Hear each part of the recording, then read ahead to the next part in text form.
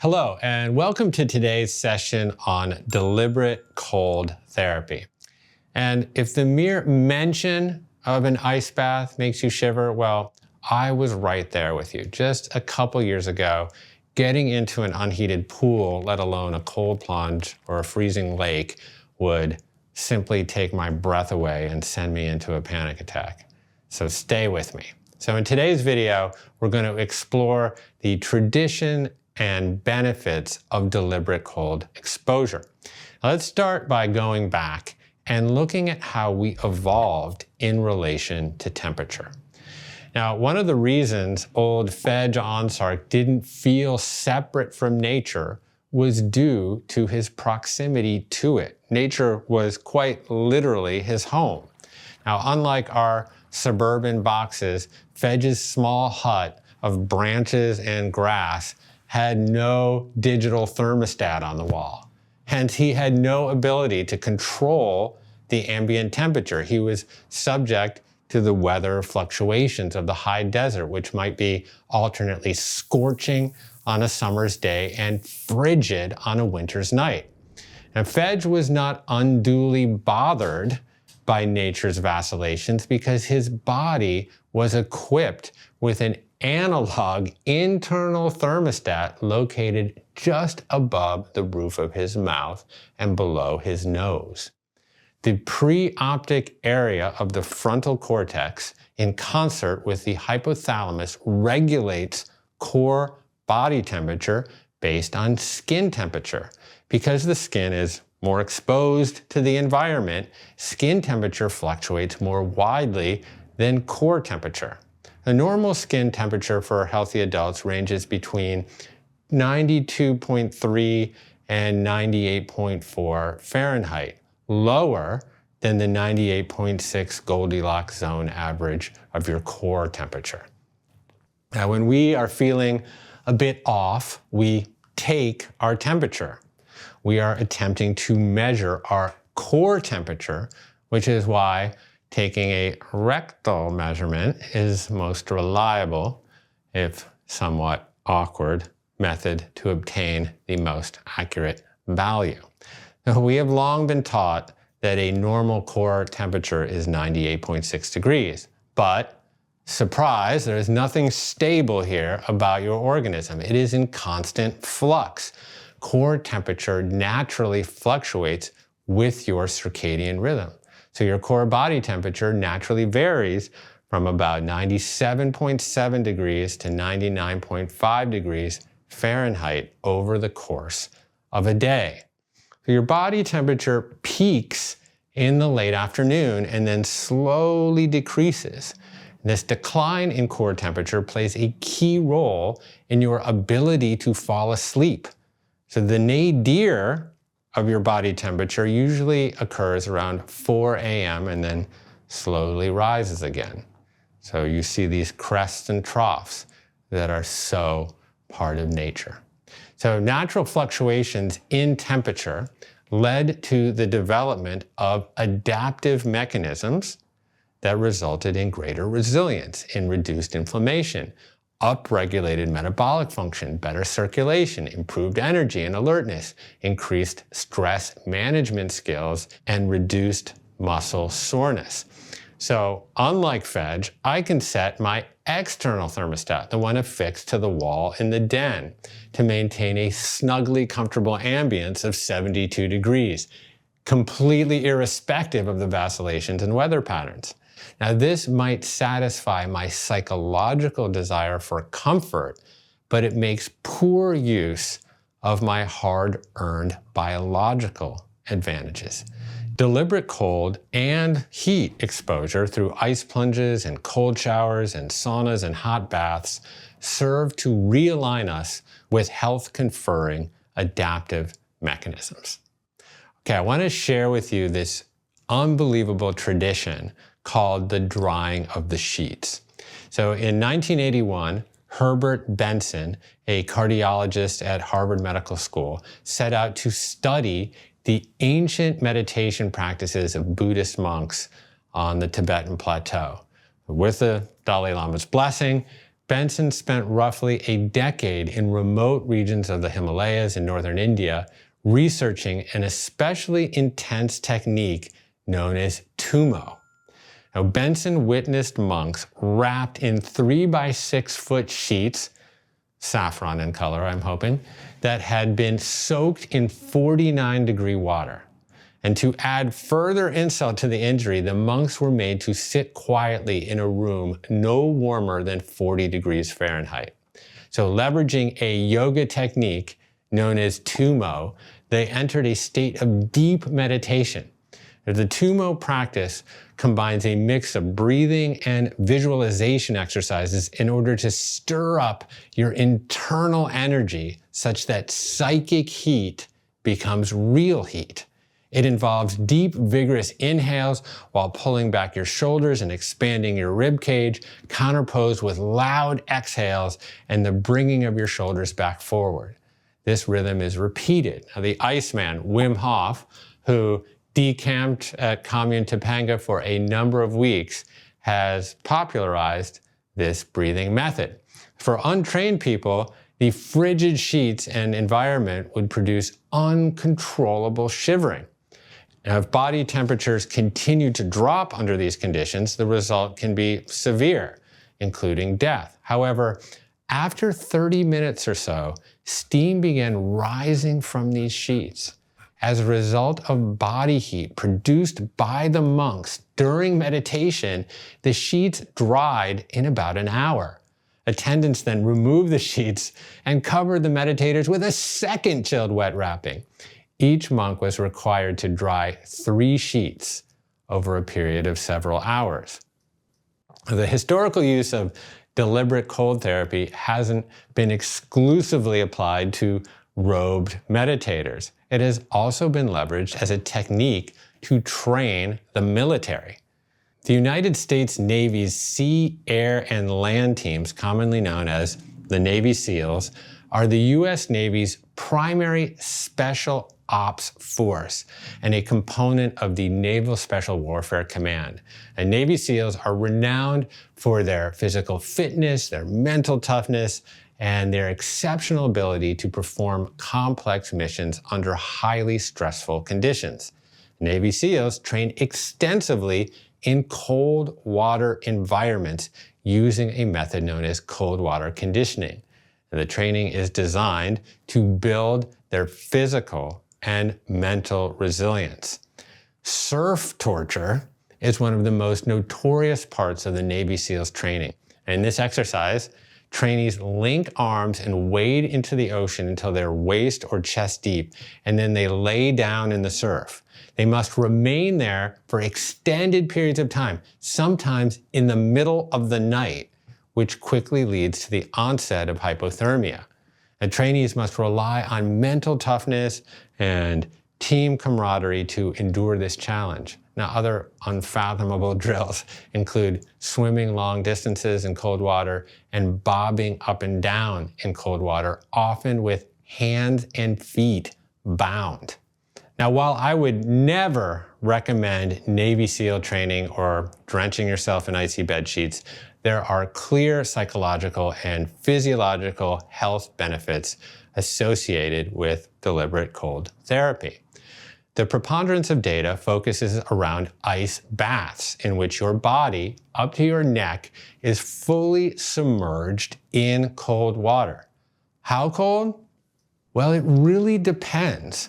Cold and its accompanying discomfiture is highly subjective and relative. In fact, evidence suggests that benefits can be conferred through exposure to water even as high as 60 degrees. Other hardcore cold plungers prefer a bath closer to a frosty 40 degrees. It simply must feel uncomfortable. And of course, this practice requires caution. Hypothermia is no laughing matter. So the trick is to ease into it. So surely you've seen star athletes like Novak Djokovic or LeBron James soaking in giant tubs of ice. Why make oneself so utterly miserable? Well, you've probably sprained your ankle once or twice, so you know the answer. One of the primary benefits of cold therapy is the reduction of inflammation. The cold can constrict blood vessels and reduce swelling. So many athletes use cold water immersion to speed up recovery after intense training sessions or physical performances. Again, the cold helps alleviate muscle soreness and inflammation. But even if you're not an athlete, you can be an athletic supporter.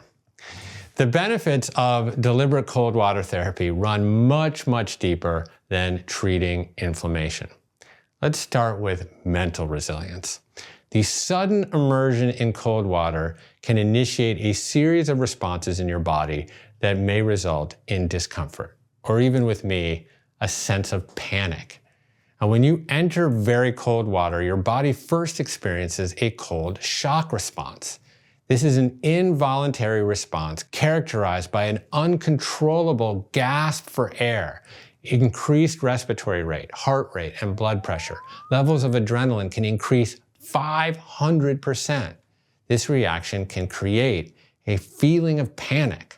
Now, these are normal and expected bottom-up responses of the sympathetic nervous system. However, if you apply top-down pressure on this stress through mental concentration and use of the breath to neutralize feelings of panic, then you will build up psychological resilience that you can then carry over into other stressful life situations. The key is to start deliberate cold therapy gradually and then increase durations of exposure and decrease temperature over time.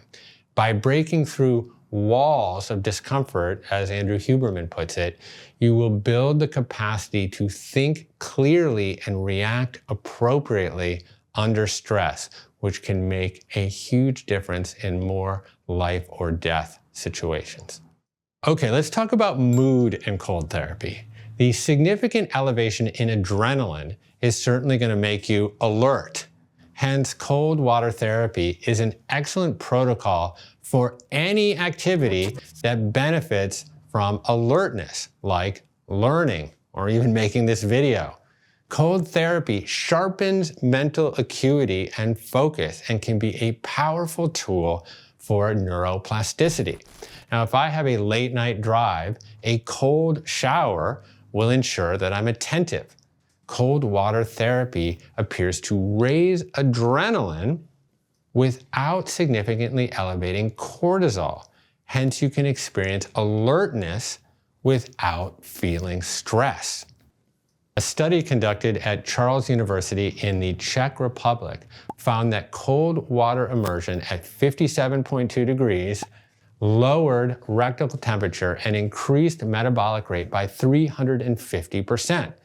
Plasma, noradrenaline, and dopamine concentrations were increased by 530% and 250% respectively. And at the same time, cortisol concentrations tended to decrease.